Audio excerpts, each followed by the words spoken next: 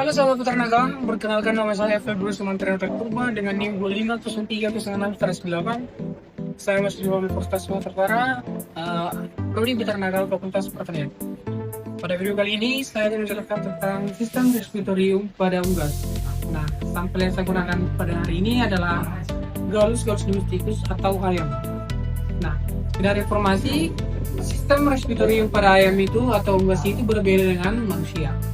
Nah, yang pertama saya akan menjelaskan bagian-bagian atau alat-alat yang digunakan untuk sistem respiratorium.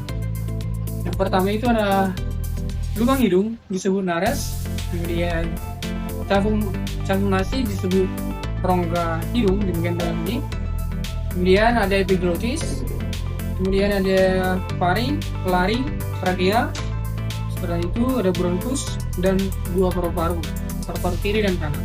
Nah, untuk lebih jelasnya saya akan menjelaskan proses sistem respirasi ini dengan bagian yang saya gunakan di sini.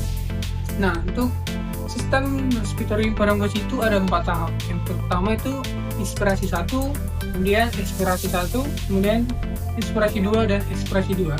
Nah, prosesnya itu dimulai dengan inspirasi 1.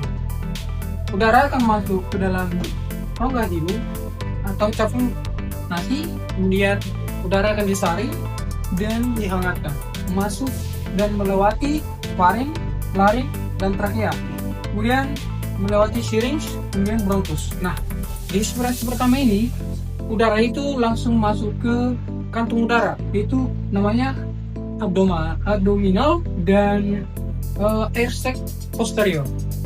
Nah, untuk sementara udara yang masuk dari hidung itu tidak langsung masuk ke paru-paru, tapi disimpan dulu di air sac posterior dan abdominal.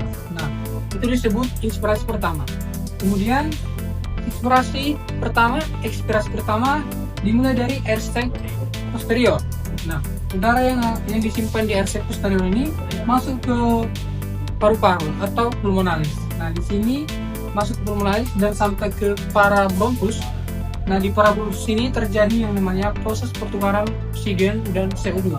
Nah, oksigen yang dibawa dari hidung itu tadi yang disimpan di air sac posterior itu diikat oleh darah dan dibawa ke jantung dan disebarkan ke seluruh tubuh.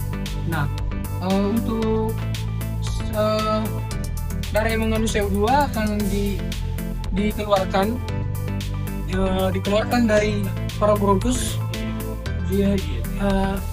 Tahap itu disebut dengan inspirasi pertama, karena setelah dikeluarkan dari parabronchus dia masuk lagi ke namanya anterior air sac untuk menyimpan sementara udara yang mengandung CO2.